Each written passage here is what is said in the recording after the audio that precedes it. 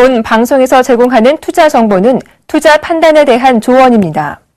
방송에서 제공하는 주식의 가치, 가격 상승 및 가격 하락에 대해서는 방송사에서 보장하지 않습니다.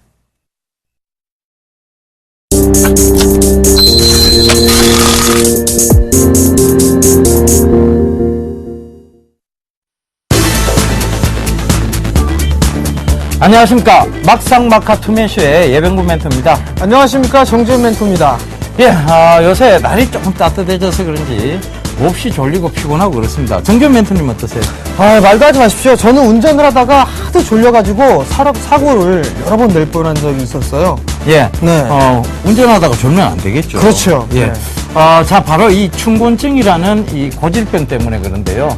여러분, 봄마다 찾아옵니다, 사실상. 그런데 이 춘곤증을 이겨내는 방법에는, 운동 좀 많이 하시고, 채소를 드시면 된다고 해요. 근데 그 중에 피해야 될 채소가 있습니다. 상추는요, 졸음을 오히려 불러온다고 합니다. 예, 오히려 상추를 드셨어도 지금 이 프로그램이죠. 막상막하 투맨쇼를 보시게 되면 아마 졸음이 훨씬 달아날 수 있다라고 좀 보셔도 좋을 것 같습니다. 그러니까 끝까지 시청을 해주시길 부탁드리겠습니다.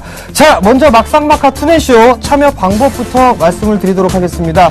자, 막상막하 투맨쇼는 세 가지 방법이 있습니다. 전화 상담과 문자 상담, 그리고 홈페이지를 이용하는 방법이 있는데요. 전화는요, 02-3153-2611, 2612 두 대의 전화를 설치했으니까요. 많이들 보내주시고요. 문자는요, 무료 문자입니다. 013-3366-0110번으로 문자를 보내주시면 될 것 같고요. 홈페이지는요, 서울경제TV 홈페이지입니다. www.sentv.co.kr 종목 상담 신청 게시판에 무엇이든 올려드려도 신속하게 상담을 해드리겠습니다. 네, 아무거나 올려도 됩니까? 네, 아무거나 올려도 예. 상관없습니다. 아무 종목이나요? 그렇죠. 예, 알겠습니다. 자, 여러분, 많이 참여해 주시고요. 자, 그럼 주식시장을 즐거운 전투장으로 만들어줄 막상막하 투맨쇼 본격적으로 시작해 보도록 하겠습니다.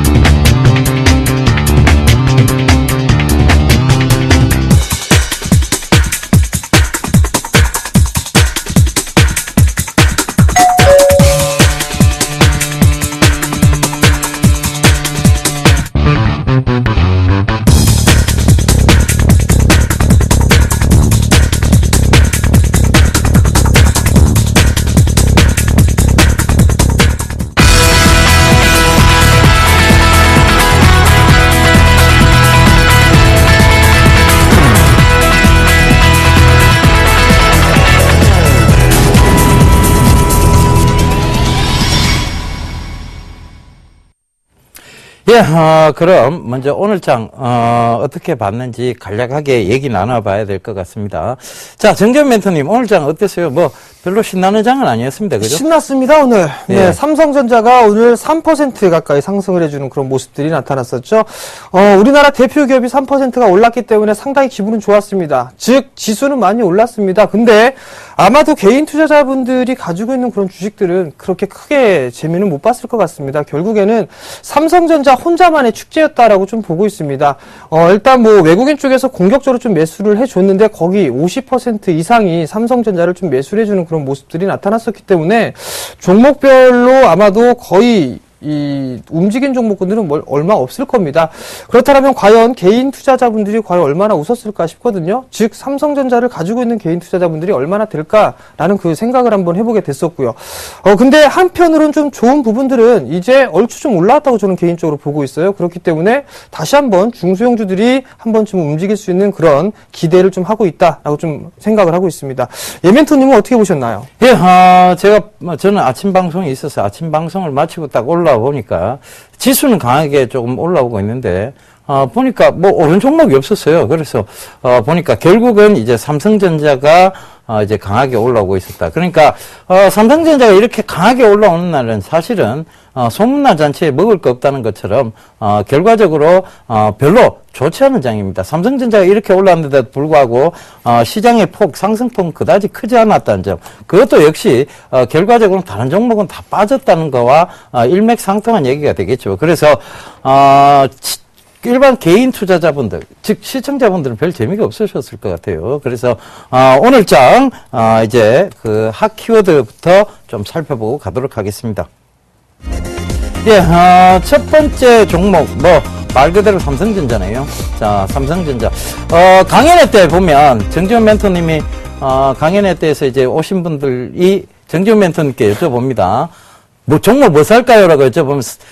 정지훈 멘토님 딱 네 자로 대답을 해주세요. 삼성전자 이렇게 얘기를 그렇죠. 하죠. 이렇게 네. 대답을 해주시더라고요. 네. 보니까 그러면 굉장히 실망스러운 목소리와 함께 파한대소가 펼쳐지는 그런 장면이 나오는데요. 파 이러죠, 그죠? 그렇죠. 예. 그러니까 삼성전자 이제 삼성전자 오늘 왜 이렇게 강하게 올랐을까요?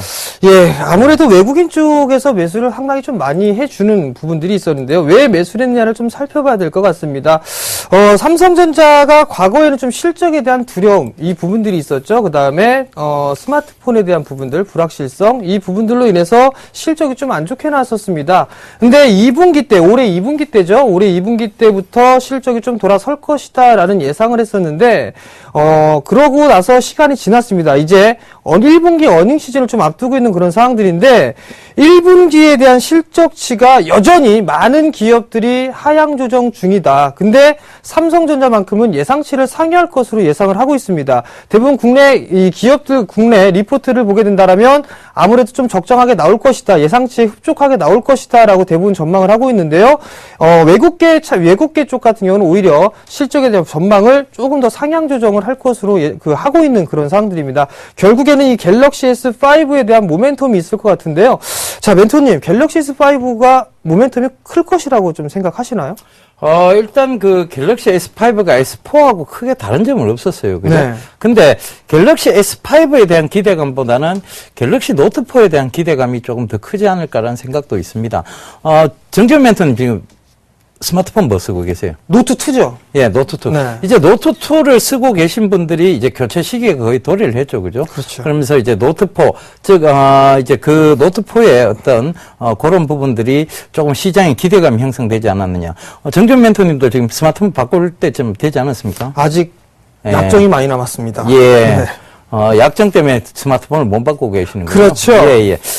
그래서, 이런 삼성전자가 지금, 갤럭시 S5보다는 갤럭시 노트 4에 대한 그는 기대감이 더 큰 것 같아요. 왜냐하면 갤럭시 S5에는 적용 안 된 기술들이 많거든요. 근데, 갤럭시 노트4에는 이런 기술들이 다 적용이 될 것 같습니다. 그죠? 그러니까, 종합적인 기술들은 결국은 갤럭시 노트4를 통해서 어떤, 방출이 되지 않겠느냐. 시장에 이런 해석들이 있으면서, 갤럭시 노트4에 대한 기대감까지 오늘 좀 반영이 됐다. 이렇게 저는 말씀을 드리겠어요. 근데, 그러면 지금 이제 삼성전자의 기대감이 계속 부과가 된다면, 지금 삼성전자를 매수해도 좋은 거 아닌가요?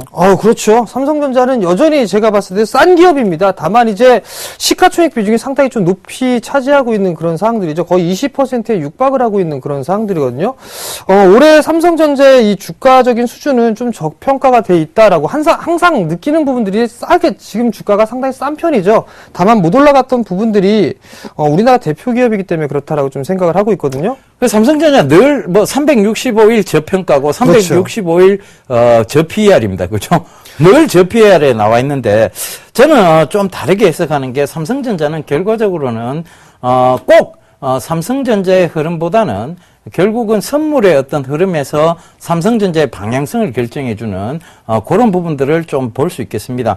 자, 오늘 선물 외국인의 매수세 굉장히 강했습니다. 오전부터. 그런데 선물에서 강하게 매수를 하고 그 다음에 바로 현물에서 삼성전자를 밀어붙이는 그런 모습들이 보였어요. 그러면 결과적으로 이것은 또 단기적 한머니일 자금이 좀 높거든요. 가능성이 높은 자금들입니다. 그러면 이런 점을 본다면 삼성전자는 또다시 선물의 방향성에 의해서 흔들릴 수 있다라고 보는데요. 정재훈 멘토님 어떻게 생각하세요? 자, 실질적으로 선물 매수가 유입된 부분들은 어제부터 좀 들어오기 시작을 했습니다. 근데 결국에는 이게 윈도우 드레싱 효과까지 가미가 됐다라고 좀 보고 있습니다.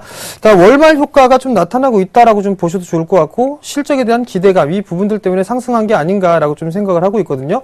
주가에 대한 추이는 좀 더 지켜봐야 될 부분들이지만 중장기적인 관점으로 놓고 봤을 때는 여전히 관심 있게 좀 봐도 좋다라고 좀 말씀을 드리도록 하겠습니다. 자, 오늘의 핫 키워드 두 번째 살펴보도록 하겠습니다. 자, 두 번째는 유진 로봇이네요. 자, 유진 로봇. 오늘 로봇주들이 상당히 좀 상승을 했었는데요. 두 번째로 선정된 이유를 한번 살펴보도록 하겠습니다. 예, 로봇주들이 오늘 굉장히 일제히 상승을 좀 했어요. 그죠? 그런데, 이걸 좀 가만히 좀 면밀히 분석해 보자면, 이런 점이 없지 않아 있는 것 같습니다. 지금, 전체적으로 주식시장의 거래대금이 조금 부족합니다. 그죠? 그렇죠. 거래대금이 늘고 있지를 않기 때문에, 자금적 성격상 투자처를 지금 찾고 있는데, 최근에 강하게 올라왔던 섹터군이 뭐였는가 하면 사물인터넷 관련주였어요. 그죠? 그 사물인터넷 관련주에서 지금 이제 사물인터넷 관련주들이 너무 높게 올라가니까 그 다음 주자들을 만들어낸 게 바로 이 사물지능통신주들이라 그래서 지금 유진 로봇, 그 다음에 이런 로봇주들, 로봇스타, 이런 종목군들을 좀 강하게 올린 거 아니냐, 그렇게 보여지는데, 정재훈 멘토님 생각은 좀 어떠세요? 대부분 이 코스닥 종목군들, 중소형주들 중에 상승을 하는 대부분의 종목군들이 정부 정책 관련 종목군들이죠.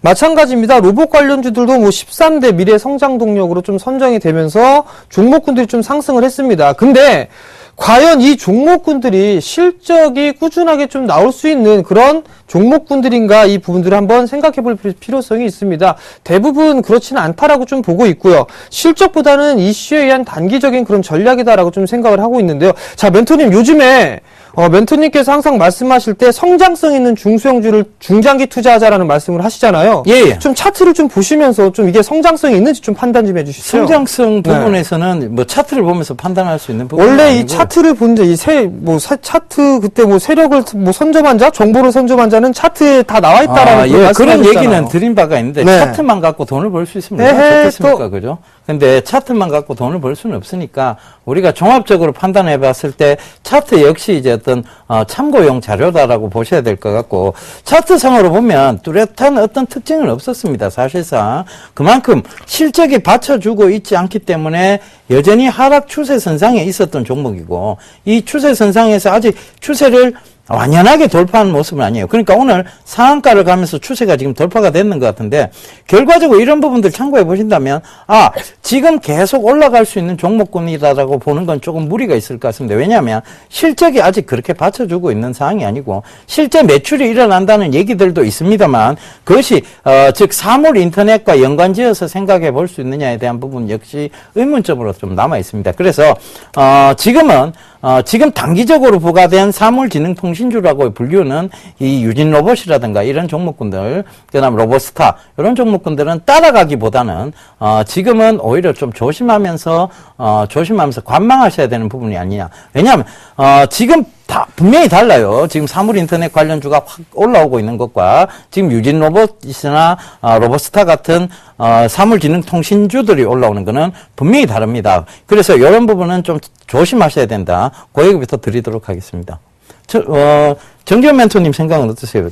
저도 따라가도 될까요? 저도 똑같이 생각을 하고 있습니다. 뭐 단기적인 좀 대응을 해야 된다라고 좀 보셔야 될 것 같고요.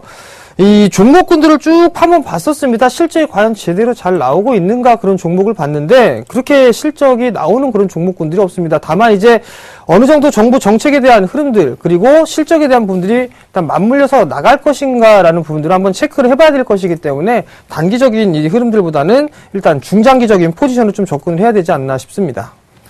예, 세 번째 키워드 보고 가도록 하겠습니다. 예, 바로 에코에너지인데요. 바이오가스 관련해서 오늘 바이오가스 관련주들과 그 다음에 지금 셰일가스 관련주들이 조금 장중에 좀 급하게 올라오는 모습이었습니다. 제가 왜 에코에너지를 조금 꼽아드렸는가 하면 바로 바이오가스 관련주죠. 최근에 이제 신재생 에너지와 관련해서도 주목을 좀 받았습니다만은 금일 같은 경우에는 그 신재생 에너지 쪽이라기보다는 유럽이 지금 러시아를 제재를 한다고 합니다. 그러니까 러시아에서는 유럽에 대항할 수 있는 방법이 천연가스 공급을 중단한다. 여기가 다예요. 그렇다면 천연가스 공급이 중단되면 결과적으로 가스 가격이 올라갈 뿐만 아니라 그 다음에 이 무기를 어떤 전쟁화 시킬 수, 전쟁의 재료화를 시킬 수 있다. 즉, 무기를 가지고, 전쟁의 어떤 빌미를 삼는, 이런 사태가 발생할지도 모릅니다. 그래서, 이런 부분들은 계속 신재생 에너지와 더불어 관련해서 조금 봐야 되지 않느냐. 그래서, 바이오가스 관련주들이 뭐 있냐라고 살펴보니까, 바로, GNC 에너지하고, 그 다음에 에코 에너지였어요. 그리고 그 두 가지 종목이었는데, 바이오가스 관련주입니다. 그리고, 셰일가스 관련주인 SH에너지화학도 오늘 조금 금일 조금 장중에 급등하는 모습들을 좀 보였습니다. 자, 이런 부분들을 우리가 장기적으로 좀 봐야 될 거예요? 아니면 이걸 좀 단기적인 해석으로 받아들여야 될까요? 그 부분에 대한 의문이 저도 좀 남아있는데요. 정재훈 멘토님 생각을 좀 여쭙고 싶습니다. 예, 오늘 같은 경우의 흐름들, 지금 예병군 멘토께서 말씀하셨던 부분들은 이제 이 가스에 대한 부분들, 제재 조치나 이런 부분들이 있을 때는 우선 좀 길게 끌고 갈 것까지는 않습니다. 다만, 예전부터 올랐던 이유들을 좀 살펴봐야 될 것 같은데, 그건 중국 쪽과 연관이 좀 있지 않을까 싶습니다. 국내 정책도 그렇고, 중국 시장도 이 지금 환경오염 때문에 상당히 좀 심각한 부분들이 있고, 거기에 따라서 투자를 단행을 했거든요. 결국에 이 부분들은 좀 단기적인 시각으로 보는 게 아니라 중장기적으로도 꾸준하게 성장을 해 나갈 수 있다라고 봅니다. 그렇기 때문에 지금도 여전히 좀 관심 있게 봐야 된다고 저는 생각을 하고 있습니다. 예, 저도 좀 마찬가지 생각인데요. 사실, 제가 말씀드린 것 중에 하나가 뭐냐면, 두 가지 모멘텀이 동시에 부과가 됐을 때는 한 번쯤 여러분들이, 강한 상승군이 나올 수 있다는 것을 좀 생각해 보시고,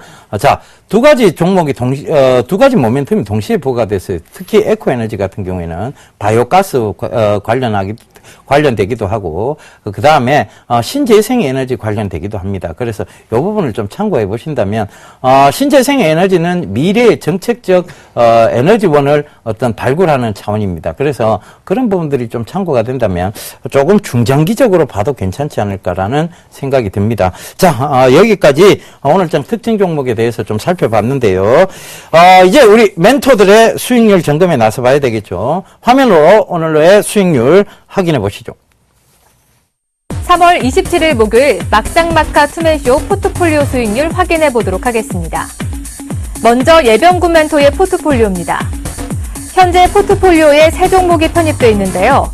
그중 MDS테크가 오늘장 손절가 18,700원을 터치하면서 마이너스 4.1%의 확정 손실로 포트에서 제외됐습니다. 나머지 두 종목은 보유 의견 주셨습니다. 다음은 정재훈 멘토의 포트폴리오입니다. 이번 주 월요일 날 한국정보통신을 히든카드 종목으로 추천했는데요. 오늘장 한국정보통신 0.88% 상승 마감하면서 10.6%의 수익률을 기록하고 있습니다. 이번에는 포트폴리오 수익률 베스트입니다. 오늘장 막상막하 투맨쇼 수익률 베스트에는 많은 변동이 있었는데요. 먼저 정재훈 멘토의 한국정보통신이 10.6%의 수익률을 기록하며 선두 자리를 굳건히 지키고 있습니다. 어제 3위에 머물러 있었던 조민규 멘토가 오늘은 새로운 2위 자리로 올라왔는데요. LMS가 9.8%의 수익률을 기록하고 있습니다. 3위에는 나무도 멘토의 쌍용차가 차지했습니다. 3.8%의 수익률을 기록했고요. 4위는 김용준 멘토의 이라이콤이 2.9%의 수익률, 5위는 김선윤 멘토의 한전기술이 2.2%의 수익률을 기록하며 수익률 베스트에 등극해 있습니다. 과연 내일장에서는 포트폴리오 순위에 어떤 변동이 생길지 막상막하 투맨쇼 멘토들의 수익률 내일도 기대해 주시기 바랍니다.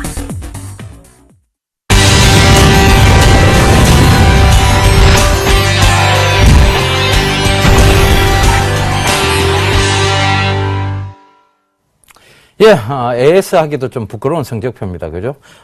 자, 제가 말로는 디펜딩 챔피언이라고 해놓고 신경을 좀 덜 쓰는 건 아닌데 분명하게 좀 다른 부분들이 좀 있었던 것 같습니다. 앞으로 시청자분들을 위해서 더욱더 좀 노력하는 모습 보이도록 하겠습니다. 자, 그 약속 드리면서 우울한 성적표 보도록 하겠습니다. 자, MDS 테크인데요. 사실상 16%대까지 강한 상승을 보였었습니다.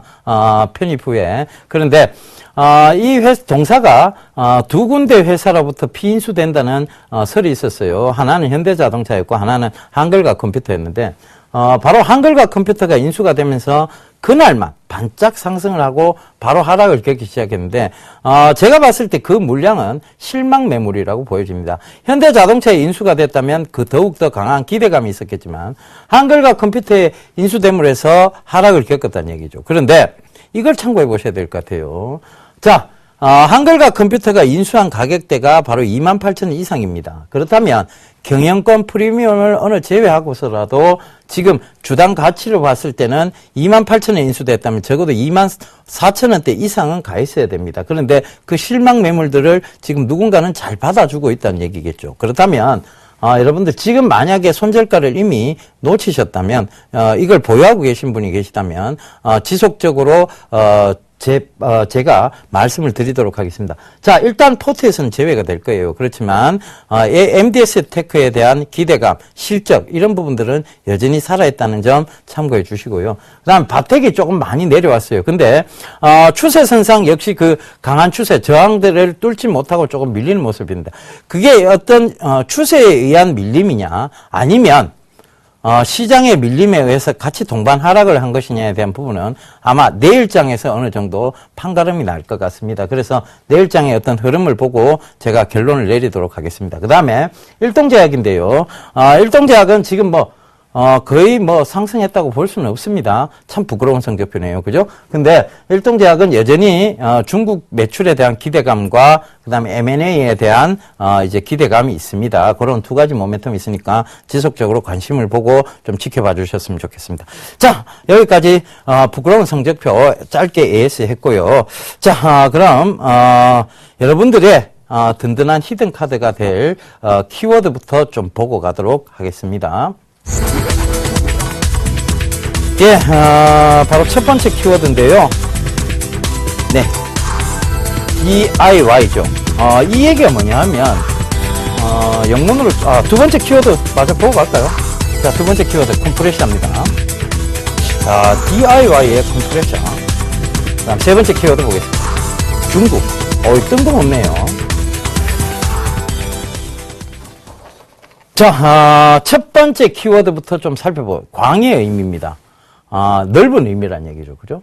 DIY, do it yourself. 자, 뭐냐면, 여러분들, 이제는, 손으로 뭔가 만드는 걸 즐기는 시대입니다. 그러니까, 누군가가 어떤 만드는 것을, 이미 만들어 놓은 제품들을 가져오는 게 아니라, 집에 있는 책상, 그 다음에 의자, 그 다음에, 식탁, 이런 것들을 직접 이제 만드는 시대, 즉 그런 것들을 만드는 즐거움이 포함된 시대가 바로 do it yourself라고 해서 DIY 세대가 된 겁니다. 그래서 DIY를 하려면 집에 어느 정도 공구가 필요하죠. 그죠? 그 공구에서 우리가 좀 작은 소형 컴프레셔가 있는데 그 컴프레셔가 바로 공기 압축기예요. 그 공기 압축기가 꼭 필요한, 즉 공구들이 좀 강한 힘을 발휘하기 위해서는 이 공기 압축기가 꼭 필요해요. 여러분들 세차장에서 컴프레셔 보면 세차장의 컴프레셔는 물을 강하게 밀어내는 힘, 그러니까 수압을 높이는 힘을 가지고 있는 게 컴프레셔고 그런 부분들을 여러분들 좀 참고해 보시면 될 것 같습니다. 자, 컴프레셔는 산업 전반에 걸쳐 쓰이고 있습니다. 이 회사가 바로 컴프레셔를 제조하는 회사입니다. 그죠? 자, DIY에 대한 어떤 부분들, 모멘텀이 되면서 이 컴프레셔에 대한 부분들까지 나왔어요. 이 컴프레셔는 뭐냐면 어떤 산업군에 쓰이느냐면 전반적으로 다 쓰인다고 보시면 될 것 같습니다. 산업 전반에 걸쳐서 지금 자동차 공장에도 쓰이고 선박 공장에도 쓰이고 안 쓰이는 곳이 없죠. 공기 압축기는요. 여러분들 주변에서도 흔히 찾아보실 수 있습니다. 일반적으로 자동차 수리점만 가도 컴프레셔가 다 있습니다. 그 공기 압축기가 다 있죠. 그 다음에 여러분들 자주 가신 치과에도 컴프레셔는 존재를 합니다. 왜? 치과에 바람을 불어였잖아요. 그죠? 바람을 불어였고 슉슉 그러면서 그 바람 차갑습니다. 이래야 되죠. 그죠? 자, 그 컴프레셔, 산업 전반에 걸쳐서 쓰이고 있다. 그러면 쓰임새가 굉장히 많다는 얘기예요. 그 다음에, 그 컴프레셔를 제조하는 회사입니다. 그 다음에, 바로 세 번째 키워드인데요. 중국입니다. 중국 칭다오에 공장이 설립이 됐어요. 그러면서 중국이 지금 굉장히 산업 고도화 쪽으로 가고 있습니다. 이 컴프레셔는, 전체적으로 어떤 기술력도 필요하고, 그 다음에 내구성도 필요하기 때문에, 한국 제품이 인기가 많은 편이에요. 그 중에서도 한신기계가 인기가 좀 많은 편인데요. 자, 벌써, 아이고, 제가 실수를 했네요. 자, 제가 들고 올, 히든카드 보고 가도록 하겠습니다. 바로, 한신기계입니다. 제가 살짝 얘기를 해버렸네요. 그죠? 히든카드라고 얘기해놓고. 자, 이 한신기계는, DIY 열풍으로 인한 소형 공기 압축기의 어떤 성장세가 지속되고 있다는 점. 그 다음에 중국 칭다오 공장을 통한 중국 매출 성장에 대한 기대감이 부과가 되고 있다는 점. 그 다음에 국내 제조업체에 재설비 투자, 즉 재설비 투자를 할 시기가 도래했다는 점. 이것이 어떤 모멘텀이 될 수 있겠습니다. 그래서 제가 준비한 PPT를 보면서 좀 설명을 드릴게요. 뭐 복잡한 PPT는 준비해 오질 않았습니다. 여러분들 가볍게 보시라고. 자, 바로 에어 컴프레셔입니다. 에어 컴프레셔인데, 자, 대형부터 시작해서 소형 컴프레셔까지 여러분들이 보실 수 있습니다. 이 대형 컴프레셔는 보통, 굉장히 제조산업군이 큰 회사들, 그러니까 선박이라든가, 그 다음에 자동차 제조, 뭐 이런 쪽에 많이 쓰인다는 거 보시면 될 것 같고, 굉장히 소형 이제 컴프레셔는 치과나, 그 다음에 자동차 정비점, 이런 쪽에서, 소매점에서 쓰인다고 보시면 될 것 같습니다. 자, 그 다음, 화면 보고 있습니다. 이제 사물 인터넷 요새 말들 많습니다. 그런데, 이 컴프레셔도 이제 원격 모니터링이 가능하고 원격으로 제어가 가능합니다. 이것이 바로 사물 인터넷의 기초예요. 그러니까 랜선을 기반으로 해서 인터넷으로 해서 그 인터넷선을 기반으로 해갖고, 이 허브를 통해서 이 제어를 할 수 있다는 컴프레셔 자체를, 정지도 시킬 수 있고, 제어도 시킬 수 있고, 그렇게 할 수 있다는 점. 그리고 원격 모니터링이 가능한, 즉, 컴프레셔의 상태. 컴프레셔가 하루 종일 돌아가다 보면 열을 많이 받지 않겠습니까? 그 상태까지도 원격으로 모니터링 할 수 있다. 요 점들이 바로 이제 이런 산업 전반에 걸쳐서도 사물 인터넷이 적용이 된다라 이렇게 보셔야 될 것 같습니다. 그래서 최근에 사물 인터넷이 강한 종목군이 될 수밖에 없었던 이유도 바로 이런 점도 기인해 보시면 될 것 같고요. 이런 점에서 한신기계는 선두로서 지금 일단 이런 기계 공작 쪽에서는 선두로 지금 치고 나가고 있다. 그렇게 보시면 될 것 같습니다. 자, 그리고 다음 장면 보도록 하겠습니다. 바로 중국의 칭다오 공장이에요. 굉장히 건물이 예쁘죠, 그죠? 지금 45주년이 된 회사인데 그만큼 연역이 오래됐습니다. 컴프레셔가 워낙 산업 전반에 많이 쓰이기 때문에 이 회사는 꾸준한 실적 성장세를 기록했고, 그 다음에 또 하나는 적자가 없었습니다. 그죠? 적자가 없었다는 이 긴 기간 동안 거의 적자 없이 보냈다. 그것은 뭐냐면 꾸준하게 매출이 일어났고 꾸준하게 이익을 내고 있었다는 얘기입니다. 매해 배당도 좋습니다. 그러면 기업 윤리를 제대로 갖추고 있으신 분이 기업을 경영하고 있다고 봐야 되겠죠. 중국 칭다오의 공장 보시면 아시겠지만 정말 뭐 어떤 펜션이나 그런 모양을 가지고 있습니다. 그죠? 이 기업의 사원들을 위해서 너무나 많은 신경을 쓰고 있다. 자, 기업 윤리는 굉장히 좋다. 이거 체크하고 넘어가 볼 만합니다. 그죠? 그리고 실적, 적자 없었다. 요거, 자, 충분히 체크해보고, 좀 동사의 긍정적인 부분으로 작용할 수 있겠습니다. 그죠?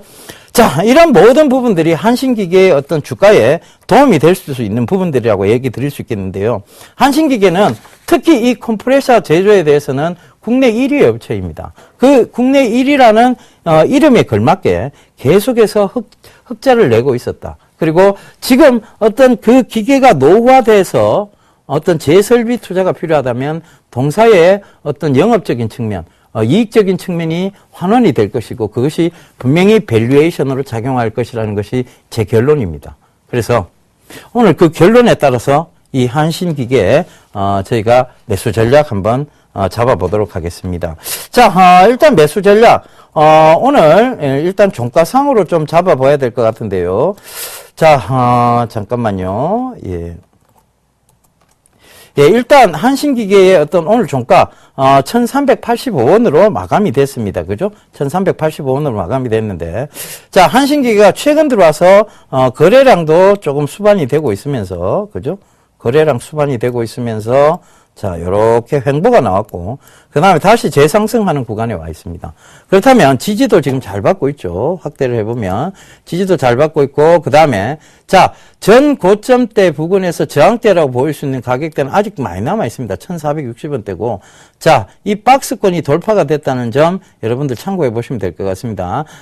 지지대가 저항대로 바뀌는 순간 이제 강한 저항대가 된다라고 말씀을 드렸는데요. 요 가격대 한번 살펴볼게요. 자, 이렇게 보시면, 전에 지지를 받던 공간이었습니다. 그죠? 그 지지를 받던 공간이 지금은, 저항대로 살짝 바뀌었다는 거죠. 그죠? 자, 지지를 받았던 공간이에요. 여기가. 그죠? 지지를 받았는데, 이걸 뚫고 내려오니까 저항대가 돼버렸습니다. 그죠? 강한 저항대가 됐었는데, 이 저항대를 결국은 뚫고 올라왔습니다. 자, 수급에 의해서 그렇게 됐겠죠. 그럼 수급 살펴보고 가도록 하겠습니다. 한신기계의 수급인데요. 기관이 지금, 잠깐만요. 기관이 계속 매수를 하고 있습니다. 자, 그 점, 참고를 해 보셔야 될 것 같고. 자, 한신기계의, 매수 부분, 좀 참고를 해 보셔야 될 것 같고. 그 다음에, 투자자 부분은, 잠시만요. 그래서, 지금, 연기금에서 계속 매수가 이어지고 있다는 점도 여러분들 좀 참고해 보셔야 될 것 같습니다. 그래서 한신기계, 여러분들 좀 지속적으로 관심 가지시면서, 참고를 해 보시고요. 자, 그러면, 매수 가격대를 한번 잡아 볼게요. 매수 가격대는, 오늘 종가가 1385원인데, 1360원쯤에, 매수를 하는 것으로 하겠습니다. 1360원대에서, 매수를 하는 것으로 하고, 목표가는요, 좀 짧게 잡고 가겠습니다. 1520원대에, 첫 번째 보이는 저항대 부근이 되겠죠. 거기대로 잡고, 손절가는 역시, 예병군 멘토답게 좀 타이트하게 잡고 가겠습니다. 1310원 잡아드릴 테니까요. 요점, 메모하셨다가 충분히, 참고하시기 바라겠습니다. 지금까지, 제가, 종목 추천 히든카드 예병군이었습니다.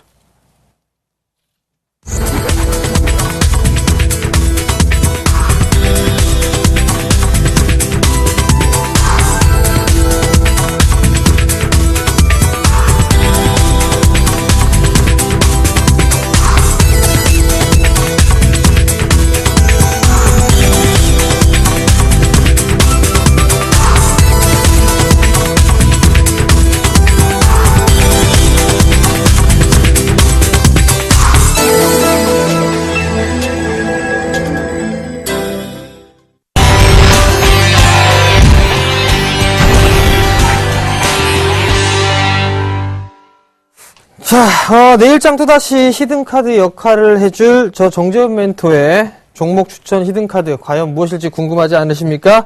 자, 말씀드리기 전에 초라한 제 포트를 말씀을 드리고 진행을 하도록 하겠습니다. 자, 두 종목이 있었습니다. 사마네트웍스가 조금 많이 밀렸습니다. 장 초반에 14% 가까이 밀려 내려오는 그런 모습들이 나타났었습니다. 작은 물량으로 큰 폭의 하락을 했었고요. 거기 낙폭을 좀 축소를 해주는 그런 모습들이 나타났었는데요. 그 이후에 오후장 들어 조금 더 하락폭을 키우면서 마무리가 좀 됐습니다. 자, 우선 체크를 해봐야 될 부분들은 중국 시장에 대한 성장 기대감입니다. 여전히 엔터주들 같은 경우는 어떤 부분들을 볼 수 있냐면 중국 시장에 대한 성장이죠. 즉 턴어라운드가 가능하다라는 부분들입니다. 사마네트웍스도 마찬가지로 중국 쪽에 진출을 하고 있는 그런 사항들이고, 방송이나 이 제작 관련해서는 상당히 우리나라에서 제일 오래된 노하우를 좀 가지고 있는 그런 사항들이기 때문에 조금 더 가져가 보는 전략 말씀을 좀 드려보도록 하겠고요. 자, 두 번째 종목입니다. 한국정보통신입니다. 지금 10% 정도 수익이 나고 있는 그런 사항들인데, 좀 더 가져가 보셔도 좀 좋을 것 같습니다. 왜냐하면 지금 이제 모바일 결제라든가 이런 부분들 점차적으로 이제 커지고 있는 그런 상황들입니다. 자연스럽게 실적에 대한 증가치가 꾸준하게 진행이 될 부분들이고요. 그리고 한국정보통신 같은 경우 시장 점유율 1위를 기록을 하고 있습니다. 어느 정도의 프리미엄을 부과받는다라면 추가적으로 7,000원대는 넘어설 수 있다라고 좀 보고 있기 때문에 충분히 상승할 수 있다라고 좀 보셔도 좋을 것 같습니다. 결국 조금 더 수준으로 가져가 보는 전략 말씀을 드리도록 하겠습니다. 자, 그러면 제가 포트폴리오를 좀 봤으니까 이제 본격적으로 내일장 이 종목 추천 히든카드 키워드를 확인해 보도록 하겠습니다. 자, 첫 번째 키워드는요, 전방산업입니다. 두 번째는요, 반도체 미세화고요. 세 번째는요, 턴어라운드입니다. 자, 이 부분들 한번 살펴보도록 하겠습니다. 자, 첫 번째 키워드가 전방산업이었습니다. 이 전방산업을 고른 이유는 최근 들어서 이 스마트폰 IT 쪽과 이 디스플레이 쪽 이 부분들이 나름대로 이 성장을 할 수 있다라고 좀 보셔도 좋을 것 같습니다. 스마트폰 시장에서는 나름대로 좀 주춤거리는 그런 모습들이 나타났지만 태블릿 시장이라든가 아니면 반도체 쪽 같은 경우는 큰 폭의 좀 성장을 기록을 할 수 있다라고 좀 보셔도 좋을 것 같고요. 뿐만 아니라 디스플레이 쪽도 마찬가지입니다. 올해 굵직굵직한 이슈들이 상당히 많이 있는 그런 상황들이거든요. 그렇기 때문에 나름대로 전방산업에 대한 부분들 수혜를 좀 받을 수 있다. 특히나 미국 경기와 유럽 경기가 나름대로 성장을 해나가고 회복을 해나가고 있고 성장을 하고 있습니다. 지금 문제가 되고 있는 부분들이 중국 쪽이죠. 중국 쪽의 지표가 조금 안 좋게 나오고 있습니다. 근데 2분기 때부터는 서서히 돌아설 것으로 예상을 하고 있습니다. 그렇다면 경기가 확장 국면에도 진입을 할 수 있다라고 좀 보셔도 좋을 것 같거든요. 그렇다면 당연히 이 기업에 충분한 수혜를 좀 받을 수 있다라고 좀 보셔도 좋을 것 같고요. 두 번째는요, 반도체 장비에 대한 미세화입니다. 작년까지만 하더라도 이 반도체 쪽, 장비 쪽에 투자를 그렇게 크게 하지는 않았습니다. 작년 같은 경우 삼성전자에 30조가 넘는 투자 계획을 좀 세웠었는데요. 그 절반 정도 수준밖에는 진행을 하지 않았다라고 좀 보셔도 좋을 것 같거든요. 올해도 마찬가지입니다. 삼성전자나 하이닉스 같은 경우는 투자에 대한 부분들을 크게 늘리지는 않았습니다. 작년 수준과 비슷하게 수준을 유지를 할 것이다라고 좀 보고 있는데요. 그렇다면 지금 점차적으로 미세화가 되고 있는 그런 상황들입니다. 근데 장비가 미세화가 되면 될수록 웨이퍼 뽑아낼 수 있는 그 수량이 한정이 되어 있습니다. 그만큼 고도의 좀 작업이 필요한 부분들인데요. 바로 이 미세화 공정의 수혜를 좀 받을 수 있다라고 좀 보셔도 좋을 것 같고요. 마지막으로는 적자에서 흑자로 턴어라운드입니다. 즉 주가가 상승의 탄력을 받을 수 있는 영원한 테마가 있습니다. 그 첫 번째는 M&A고요. 두 번째는 턴어라운드다라고 좀 보셔도 좋을 것 같은데요. 바로 이 기업은 올해 본격적으로 턴어라운드가 될 수 있는 그런 기업이기 때문에 관심 있게 보셔야 된다라고 좀 말씀을 드리도록 하겠습니다. 자, 그러면 제가 오늘 공개해드릴 종목 화면으로 만나보시도록 하겠습니다. 자, 정지현 멘트의 종목 추천 히든카드 DNF를 준비를 했습니다. 자, 이 DNF로 말씀을 드릴 것 같으면 날이면 날마다 오는 기업은 아닙니다. 즉 턴어라운드가 될 수 있는 그런 기업이다 라고 좀 보셔도 좋을 것 같습니다. 자, 반도체용 전구체를 생산하고 있는 기업입니다. 즉 소재업체다라고 좀 보셔도 좋을 것 같은데요. 하나씩 화면을 보면서 말씀을 드리도록 하겠습니다. 자, 반도체용 정밀 화학재료 전문 기업이다라고 되어 있죠. 상당히 좀 본사에 대한 R&D 센터와 공장들을 좀 보실 수 있는데요. 위치는 대전에 현재 위치해 있습니다. 나머지 문평 지점이라든가 울산 지점, 화성에 기술 영업소가 있는데요. 각각의 재료를 생산하고 만드는 공정들이 있고요. 뿐만 아니라 화성에는 기술 영업소가 있습니다. 국내외에 대한 고객사, 이 고객들의 대응을 하기 위해서 일단 기술 영업소가 있다라고 좀 보셔도 좋을 것 같습니다. DNF 같은 경우 2001년도 1월 달에 설립이 되어 있는데요. 꾸준하게 성장을 하고 있는 그런 기업이다라고 좀 보셔도 좋을 것 같습니다. 자, 다음 화면을 보시게 되면 주주의 구성이 있습니다. 자, 최대 주주의 특수 관계인이 약 28%의 지분을 가지고 있고요. 에이티넘에서 약 8.8%를 가지고 있습니다. 즉, 이 에이티넘 인베스트 상당히 이 중소형주에 대해서 투자를 많이 하고 있죠. 그 부분들이 바로 이 기업에 투자를 하고 있다는 얘기는 성장 가치가 있다라고 좀 보셔도 좋을 것 같습니다. 그 다음, 유리자산운용이라든가 국민연금공단, 그리고 자사주, 우리사주 포함을 하게 되면 약 53%를 보유를 하고 있고 나머지 47%가 개인 투자자분들이 가지고 있는 상황들입니다. 결국에는 좋은 자산운용사, 실적을 겸비했고 성장성을 보고 있기 때문에 꾸준하게 지금 현재 성장을 해 나갈 수 있는 이런 기업에 투자를 하고 있다라고 좀 보셔도 좋을 것 같습니다. 자, 전에 말씀드렸던 것처럼 미세화 공정은 점차적으로 증가가 될 겁니다. 왜? 반도체 장비 쪽에서의 시설 투자나 이런 부분들은 큰 폭으로 늘어날 것 같지는 않습니다. 다만 전년 수준을 유지를 할 것이다 라고 좀 보셔도 좋을 것 같은데요. 점점 미세화가 돼 있는 그런 상황들이게 되면 고급화에 대한 기술력이 좀 필요합니다. 장비라든가 아니면 이런 부분들, 소재라든가 이런 부분들이 필요한 부분들인데요. 자, 30나노에서 이하권역부터 보게 된다면 올해 2014년도 4분기 때까지는 적어도 90% 가까이가 미세화 공정을 아마도 진행을 하지 않을까 싶습니다. 지금 현재 상황을 보게 된다면 약 70% 정도가 되고 있는데요. 올 연말 같은 경우를 보게 된다면 약 90% 가까이 미세화 공정이 필요한 부분들이다. 그렇다면 당연히 이 DNF 같은 경우는 수혜를 좀 받을 수가 있는데요. 자, 다음 화면을 좀 보도록 하십시다. 주요 공정을 보게 되면 대부분 다 전공정 쪽에 진행을 하고 있는 그런 상황들입니다. 미세화가 되게 된다면 여러 가지 재료들이 있습니다. 이 재료들을 바로 DNF가 공급을 해주고 있는 그런 상황들입니다. 장비는 그대로 있으나 소재가 없으면은 운용을 할 수가 없겠죠. 지금 즉 만들 수가 없다라는 얘기입니다. 그렇기 때문에 이 재료에 대한 쓰임은 날이면 갈수록 시간이 갈수록 늘어난다라고 좀 보셔도 좋을 것 같습니다. 그렇기 때문에 필수적으로 수혜를 받을 수 있는 그런 기업이다라고 좀 말씀을 드려보도록 하겠고요. 자, 다음 화면을 보시게 되면 기능성 코팅 사업도 진행을 하고 있습니다. 가전제품뿐만이 아니라 자동차라든가 오토바이 상당히 여러 가지 부분들이 있죠. 산업용으로도 상당히 많이 쓰입니다. 코팅 재료도 쓰일 수 있다라는 부분들, 반도체용 재료 소재뿐만 아니라 기능성 코팅 사업까지도 연기를 하고 있다라는 거 덤으로 말씀을 좀 드려보도록 하겠고요. 이 부분들로 인해서 연간 매출액의 추이를 보게 되면 2013년도에 저점을 찍고 2015년도에 약 180% 가까이 매출이 성장을 할 수 있을 것이다 라고 좀 보셔도 좋을 것 같습니다.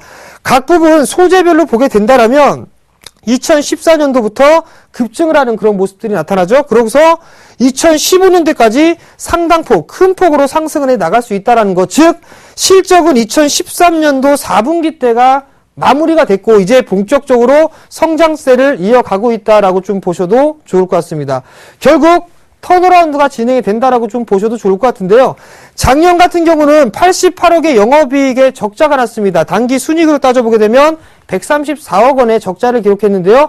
이 부분들도 다른 이유가 있어서 그런 게 아닙니다. 재고 자산으로 오랜 기간 동안 재고로 쌓여있던 부분들을 비용으로 떨어냈습니다. 즉 안 좋은 부분을 다 떨어냈다라는 얘기거든요. 그렇기 때문에 이제 좋아질 일밖에 없다. 결국 올해 같은 경우 예상치가 약 135억 원의 영업이익 흑자를 기록을 예상을 하고 있습니다. 그렇기 때문에 이 기업은 꾸준하게 봐야 된다라고 좀 말씀을 드려보도록 하겠습니다.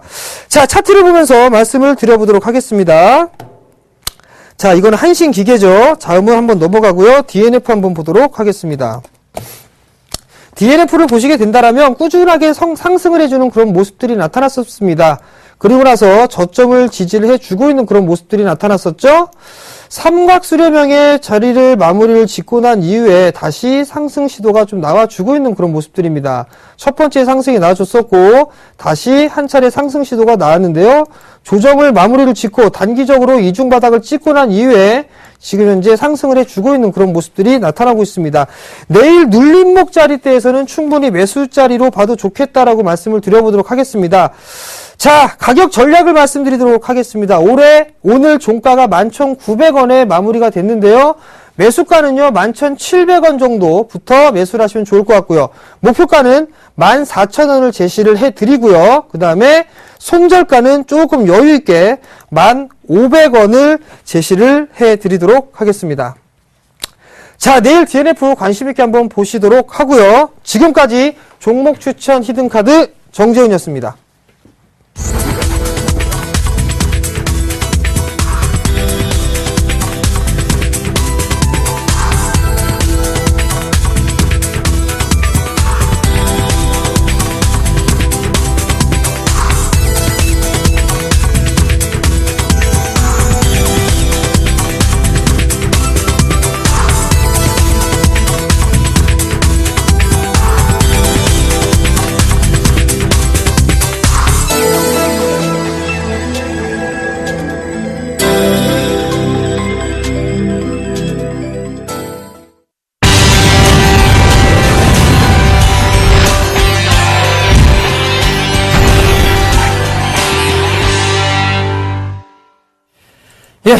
정말 괴로운 종목, 꼴 보기도 싫은 종목, 여러분들 분명히 가지고 계실 겁니다.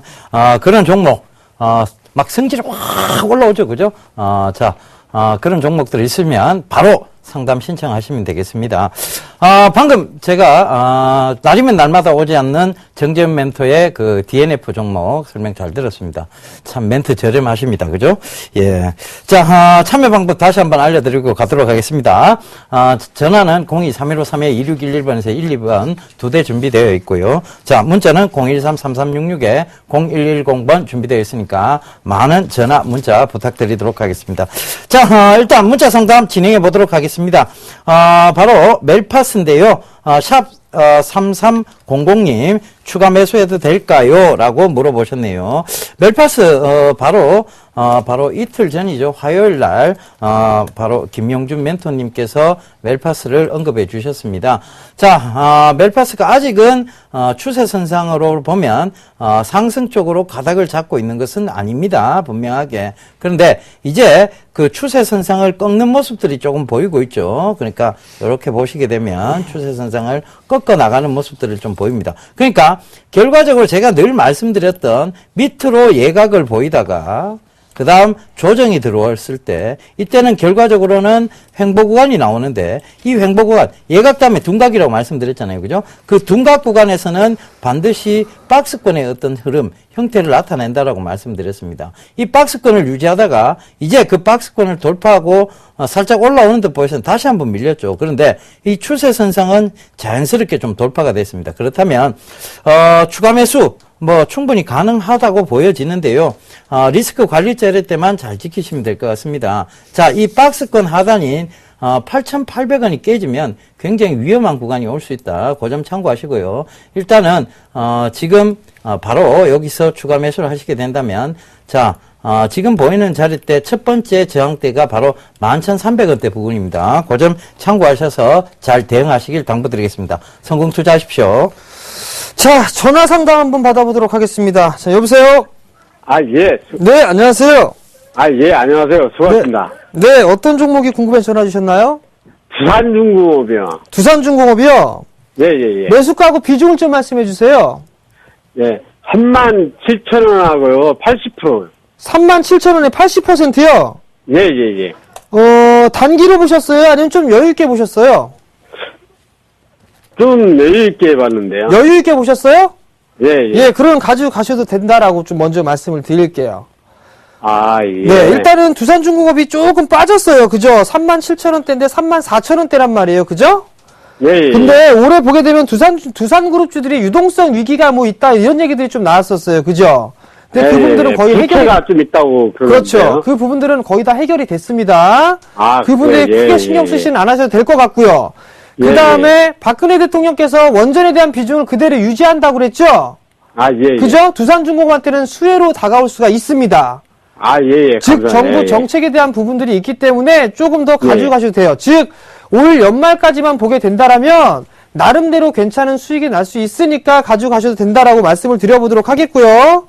수급적으로 보더라도 지금 3거래일 연속적으로 외국인 기관이 매수를 해주고 있으니까 일단은 크게 걱정하지 마시고 좀 중기적으로 봤을 때는 약 한 42,000원대까지는 일단 들고 가시는 전략 좀 말씀을 드릴게요.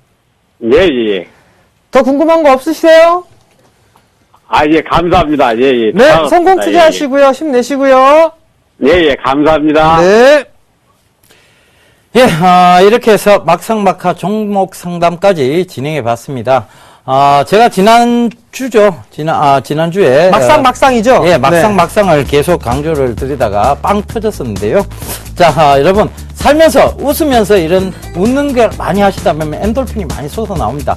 오늘도 한번 여러분 웃으시라고 막상 투맨쇼 한번 더 외쳐드리고요. 자, 저희 막상막하 투맨쇼는 여러분들의 이 웃음, 그리고 그 다음에 증권에서의 어떤 수익, 보전해드리기 위해서 앞으로도 계속 노력하도록 하겠습니다. 내일도 여러분, 즐거운 수익 내러 오세요.